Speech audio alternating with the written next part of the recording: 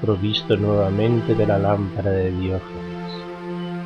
Busca maniática al hombre, aquel que fue la admiración de los dioses. Esto es un aula, un lugar reservado, es un pórtico, adéntrate conmigo. Buscamos a aquellos que les interese el misterio, aquellos que quieran ir de lo simple y perecedero a lo eterno y divino. Segunda parte, sobre los esenios, una comunidad terapéutica y espiritual. Si hay alguien que desde el mundo esenio, de aquel entorno y de aquellos tiempos, que nos puede hablar al respecto. Bueno, a ver, entre el grupo de seres que hay aquí hay uno que se ha acercado.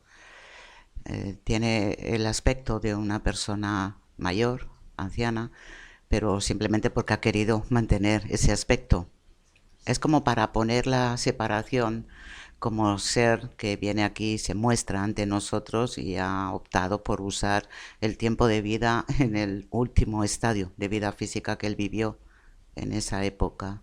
Él fue un maestro, fue un mentor, él fue alguien que no era que hiciera la criba a aquellos que iban entrando, sino que realmente ponía el tipo de pruebas de acceso para poder llegar y ser uno de ellos en este pueblo esenio. Se habla de que algunos miembros que habían pertenecido o estado en la comunidad esenia eran expulsados, quizás por su carácter o por haberse diferenciado de las propias enseñanzas esenias. ¿Qué tipo de personas eran admitidas y qué tipo de personas eran invitadas a que abandonaran la comunidad? Todos aquellos que tenían como una actitud abierta de querer aprender eran recibidos, bien recibidos, que salvo aquellos que pudieran empezar a discutir o intentar separar lo que ellos llevaban aprendiendo o las bases en las que se sostenía su conocimiento, intentaban colocar algo distinto, de que ellos buscaban la pureza de esos conocimientos. Por eso era difícil de que estas personas, si querían imponer sus propias formas de conocimiento para evitar la mezcla y que se acabara dispersando, eran invitados cortésmente para que se fueran. Y luego también los bravucones, los que no entendían que el afecto, el cariño y el respeto era una base importante en la comunidad. Se habla de que incluso Juan el Bautista hubiera sido en sus inicios un personaje cercano a la comunidad esenia que luego se sintió excluido o él tomó otro camino. ¿Qué de cierto hay en ello? Dice que Juan fue un esenio y fue bueno con su forma de poder sanar. Él tenía las convicciones de que él tenía un papel mucho mayor y superior al que el resto de los hermanos podían mantener. Él decidió, optó por aislarse, separarse y vivir en solitario. Que a él le pesaban las gentes del entorno, no era una persona fácil y cuando él trataba con el resto de la gente, dice que lo hacía desde un estado de cansancio anímico, que no podía tolerar que la gente estuviera dormida, que no podía tolerar que la gente continuara enferma en su propia vida física sin hacer nada al respecto. ¿En qué medida las prácticas que conocemos de Juan el Bautista, como el mismo bautismo y luego la amonestación del pecado en el mundo, también pertenecía a esa doctrina esenia o a ese conocimiento esenio? Dice que él trasladó una forma de intentar la pureza, tanto en el cuerpo como en el alma, que esta pureza él la llegó a elevar a un estadio demasiado arisco, de lucha, de pelea contra el resto del mundo. Que esto es algo que ellos nunca lo han llevado así. Ellos han sido más suaves a la hora de tener más compasión con la gente que no ha sido capaz de poder moderar sus propias formas, su manera, su carácter, su temperamento. ¿De cuántos miembros se componía más o menos una comunidad esenia? Dice que ellos, y había varias salpicadas, no era solamente una comunidad única, aunque podían desplazarse y moverse de un lado a otro para conectar con otros grupos, eran alrededor de unos 200. Con el tiempo, esas comunidades se mantenían en ese número o se iban incrementando, es decir, creando otras subcomunidades. Dice que llegaron a haber hasta 7 comunidades por todo el territorio de Israel. Dice que eso variaba. Normalmente nunca era un número aproximado estable, que a veces podía aumentar mucho el número y era un fluir. La parte o la base más central de la comunidad se mantenía íntegra, pero la parte externa, aquellos que entraban, probaban, veían y si al final se acababan cansando, desaparecían. Cuando Juan el Bautista utilizaba el mismo bautismo para limpiar del pecado original, ¿dónde se fundamentaba el conocimiento que tenía Juan?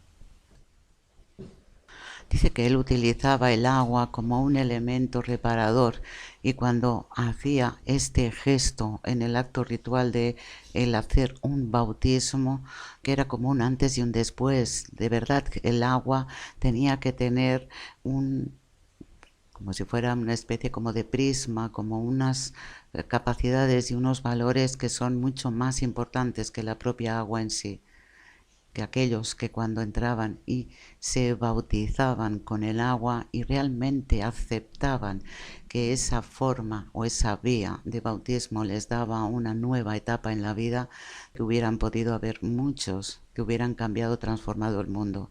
Lo que él hacía fue real. Dice que tuvo que llegar aquel que bautizaba con fuego. En este caso, el bautismo de agua, ¿qué es lo que ocurre? Es decir, ¿en qué momento esa agua es un agua consagrada y cuál es el proceso que hay dentro del psiquismo, dentro del mismo ser espiritual? Dice que el agua es dúctil y todo agua que se pueda tocar desde un estado más o menos peculiar de conciencia puede ser transformada. Que nosotros si viéramos el agua en sus componentes más pequeños, veríamos que es un ente vivo, que esto era lo que él hacía cuando tocaba el agua y gritaba que ya estaba purificado. Antes nos hablaba que la forma de dirigir los sistemas de sanación era a través de la bendición. ¿La bendición era un hecho verbal, un hecho gestual o se extendía al agua, a la comida, además utensilios que pudieran tener cercanos? Dice que todo para ellos era una bendición. Bendecían los alimentos, bendecían el agua, bendecían el día a día cuando se levantaban. Dice que todo era una bendición. El hecho de bendecir, ¿qué es lo que producía en sí al mundo material? Es decir, a los alimentos, al agua y a las cosas que dedicaban esa bendición. Dice que si nosotros supiéramos que a la hora de bendecir y no hacerlo de una forma como si fuera unas simples palabras que se recitan, sino poniendo toda la intensidad del ser en ese acto de bendecir, transforma las moléculas de los alimentos, los convierte en un elemento más de luz, que no solamente de poder sanar el cuerpo, de poderlo aliviar o incluso alimentar. Mencionaba que mayoritariamente las comunidades eran de hombres. El hecho de llevar el celibato, ¿cómo se dirigía esa fuerza? Es decir, ¿cómo lo llevaban los hombres? Dice que ellos percibían en ese celibato una forma de concentrar toda su energía para que no hubiera ninguna dispersión en un solo punto, que era esa dirección hacia Dios. Evidentemente había algunos que no podían sobrellevarlo, estos acababan abandonando, pero realmente eran los menos. Ellos lo que intentaban es mantener toda la energía concentrada sin que hubiera ni pérdidas ni fugas. ¿Cómo conseguían sublimar esa energía sin crear conflictos dentro de su propia anatomía física y energética? Dice que a través del cariño, un estado de cariño. ¿Qué tipo de escritura utilizaban y para qué fin la usaban? Dice que la escritura era el arameo, era la escritura que ellos manejaban en su época. ¿Cómo iban vestidos? ¿Cómo era su atuendo? Que el hecho de vestir, las vestiduras eran simples, sencillas, cuanto más naturalidad, honestidad y que no tuvieran ninguna ostentación, para ellos era lo ideal y lo mejor. Tenían hábitos, eran simplemente vestiduras normales y corrientes. Lo natural eran ropas naturales, algodón, lino, pero siempre sin ostentación. No tenían ni bordados ni tenían ningún tipo de indicativo en las ropas. A la hora de dejar algún legado escrito, ¿eran escritos para la propia comunidad o eran legados que han quedado para la humanidad? Hay quien habla los de papiros del Mar Muerto. ¿Hay alguna cosa referente a ellos? Es decir, ¿realmente esos papiros pertenecen al conocimiento de la comunidad o han sido unos conocimientos que se han ido transmitiendo de carácter cristiano, un carácter anterior, quizás vinculados a ellos o no? Dice que ellos dejaron un legado escrito, que no solamente para la gente en el momento en el que estaban allí, sino para las generaciones futuras. ¿Cuál era, en sustancia, el mensaje que querían transmitir a través de esos manuscritos? Dice que es conservar la línea, la pureza y la forma de actividad que llevaban haciendo y también aquello que les transmitieron los seres en su momento. En el tiempo actual, si la gente hace referencia a las enseñanzas esenias, ¿a qué nos estaríamos refiriendo para actualizarlas? Dice que la gente busca en los esenios la fuerza de ese Cristo que llegó después y la fuerza de los sanadores, de los muchos sanadores. ¿Cómo fue el encuentro de Jesús con la comunidad esenia? Dice que él dio una aportación importante, muy importante, con matices que no se iban demasiado de la línea en la que ellos estaban trabajando. Era un ser que tenía ciertos conocimientos venidos de muchos lugares, puesto que fue un gran viajero y pudo dar una aportación importante. Ellos simplemente le acogieron como uno más. Él luego tuvo que continuar su camino y trasladar ese conocimiento y darle una forma superior. ¿Cuánto tiempo estuvo de convivencia con ellos y si fue una convivencia continua o discontinua en el tiempo? Es decir, entraba y salía con la comunidad. Dice que ya por la forma en la que él, peculiar que tenía de comunicarse, se le permitió como un régimen abierto. Él entró y salió de manera voluntaria y no estaba ni obligado a vestir las vestiduras que ellos llevaban de forma sencilla, ni tampoco someterse al régimen que llevaba el pueblo esenio para no tener que tener un trastorno importante. Dice que estuvo 2 años intenso con ellos, aprendiendo, compartiendo y sobre todo expresando el afecto y el cariño hacia la gente. Luego después, cuando él abandonó este lugar, que fue un tiempo muy inmediato a la época en la que fue ejecutado. ¿La enseñanza de Jesús tendría sus raíces en la cultura esenia o era una cultura que él había recogido en distintos lugares, incluso genuina del mismo? Dice que él no tenía una base que proviniera de ningún tipo de cultura. Fue algo para él natural, espontáneo, expresar los valores de un Padre eterno, de una transformación, de ser un camino a seguir. Y dice que lo único que hizo fue fusionar distintas formas allí donde estuvo de aprendizaje para poder luego configurar ese cristianismo que ahora conocemos. Él cuando se ha presentado a esta conversación se ha presentado como un maestro de justicia. ¿Qué es en sí un maestro de justicia? Dice que no es exactamente como la palabra indica, como si fuera alguien que tiene que ser un juez que determina, que es el que insiste en quién debe aprender, quién no, cuál debe ser el papel de cada uno en la comunidad. ¿Hay algún tipo de enseñanza que haría referencia a diferenciar lo que llamaríamos la voz de la conciencia, esa voz divina en el seno de cada uno, de lo que sería el psiquismo disperso del ego o de la personalidad? No, dice que él simplemente lo único que ha hecho ha sido sentir, que no escuchar. Dice que si uno escucha, escucha la voz del ego, escucha la voz de la mente. Dice que cuando uno siente que todos los sentidos se someten y es cuando puede uno descubrir esa voz, ese sentimiento que está ahí anida, que es la conciencia despierta. Si él compara los tiempos que él vivió y el conocimiento que él practicó con los tiempos actuales, ¿cuál es la relación entre unos y otros? Es decir, ¿cuál es la balanza que queda en un sentido y en otro? Dice que él observa a las gentes de ahora y ve que está todo muy diluido de cómo ellos vivieron y lo que ellos intentaban sentir día a día. Que ahora se le da un peso enorme al conocimiento, a la absorción de datos y dice que esto es algo que él no puede entender. Que ahora lo que nosotros entendemos como el mundo esenio está más decantado a lo que sería la sanación en cualquiera de las formas, que tampoco le damos peso a la esencia que es el afecto, el cariño, que hemos querido separarlo del cristianismo, pero dice que esa historia existe todavía, sigue existiendo, lo que pasa es que no como ahora la trabajan, la practican. Es decir, que sustancialmente el cristianismo llegó a ser como una octava superior de la misma cultura esenia o el mismo sentir esenio.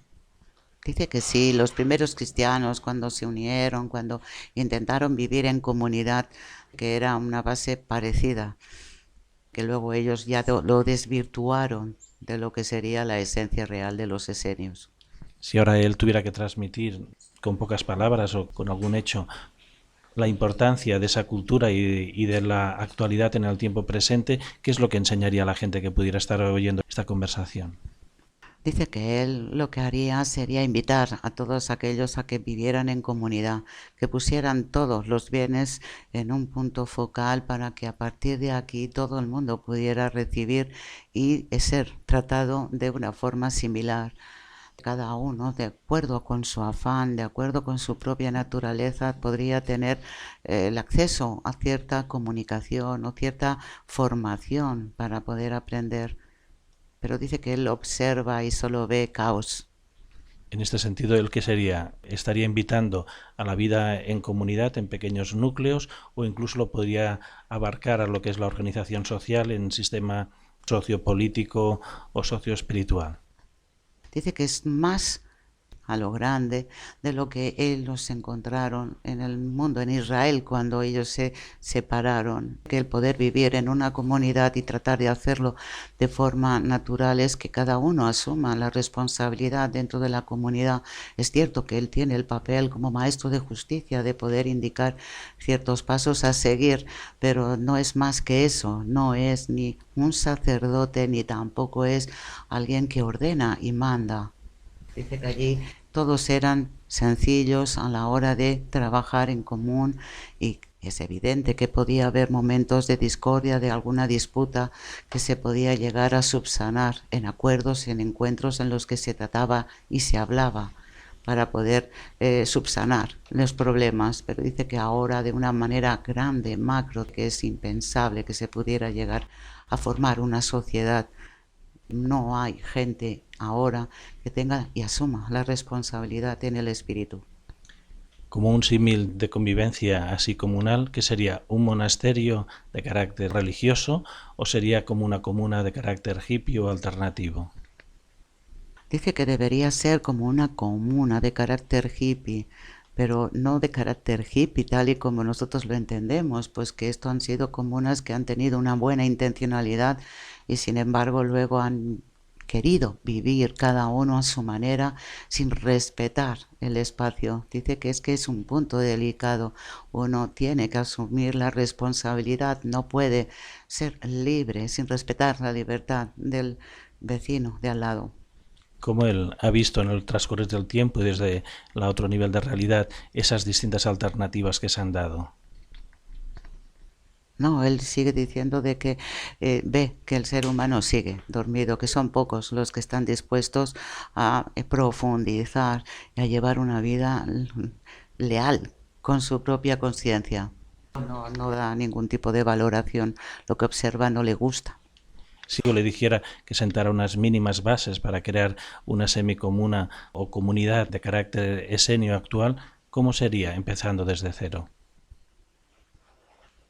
Dice que más allá del maestro que pueda ayudar, dirigir o dar unas pautas, que todos aquellos deberían primero, al poner todo lo que es su vida, su día a día al servicio de la propia comunidad, es tener en mente que la comunidad es algo vivo, que es un peso pesado y que no puede dejar todo para hacer lo que le apetezca. Dice que es el respeto a unas reglas que no son reglas.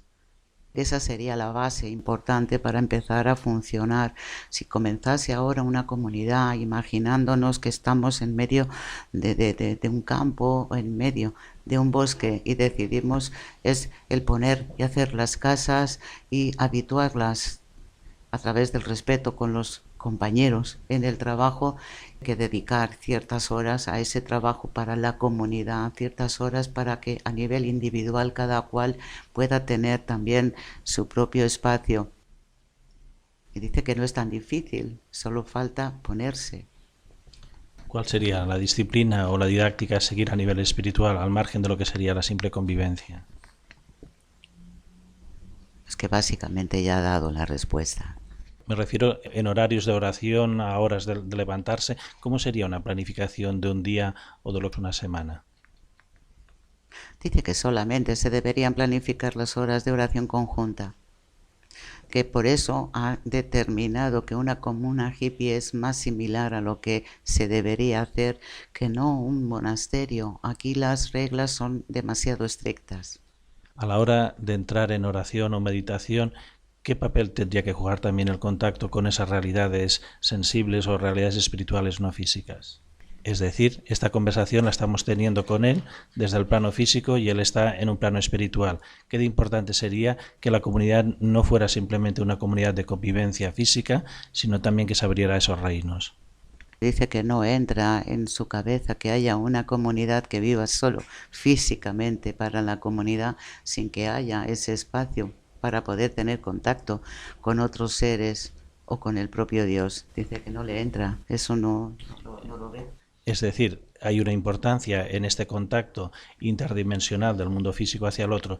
En este caso, ¿qué prevenciones tiene que tomar la gente cuando se abre a esas realidades espirituales? Dice que de acuerdo con la pureza de su corazón siempre tendrá un contacto con ciertos tipos de seres que vienen más a regalar, a bendecir, a dar, que no aquellos que vienen a destruir.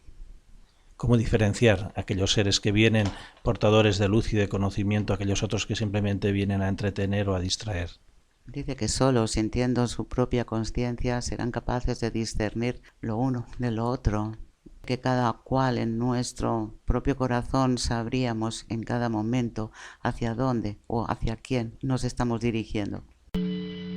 Desarraigado de las masas, caminando por senderos perdidos, solitario en el desierto, aula iniciática, envuelto en las brumas de los bosques, adentrándonos en las grutas de la tierra. Ven con nosotros, inclinándonos ante lo sagrado, aula iniciática. Encendemos una tímida llama para que alumbre con la oscuridad en el conocimiento. Estás ante el umbral perpetuo. Estás ante la ara sagrada, aula iniciática. En un tiempo fueron las ágoras, los fórums y las academias. Ahora el conocimiento vuelve a salir al encuentro. No descubriremos nada nuevo que no debiera saberse ya. Estás traspasando los límites de la especulación, más allá de la acumulación de datos. Provisto nuevamente de la lámpara de Diógenes, busca mediática al hombre, aquel que fue la admiración de los dioses. Esto es un aula, un lugar reservado para el conocimiento. Es un pórtico, adéntrate con que no debe traspasar el profano. Buscamos a aquellos que les interese el misterio, aquellos que quieran ir de lo simple y perecedero a lo eterno y divino.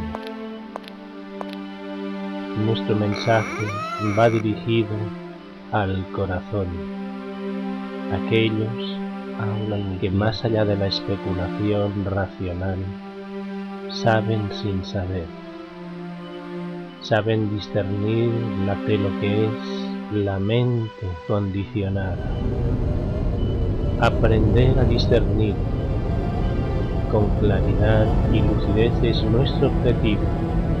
Abrir un espacio para el conocimiento, para los eterno.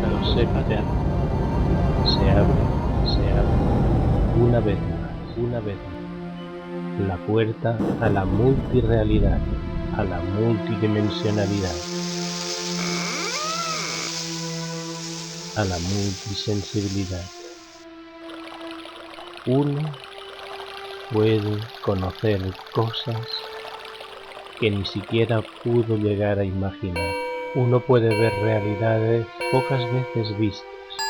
Uno puede oír sonidos y desvelados a los oídos humanos. De vez en cuando se oye a alguien que llama al despertar, pues que estaré yo también soñando. El que tenga ojos para ver, vea. El que tenga oídos para oír, oiga. La verdad es la verdad, más allá de cualquier especulación.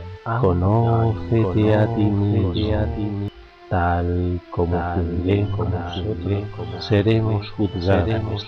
Es más fácil ver la paja en el ojo ajeno que ver la viga dentro de nosotros, tal como es arriba es abajo, tal como es adentro es afuera.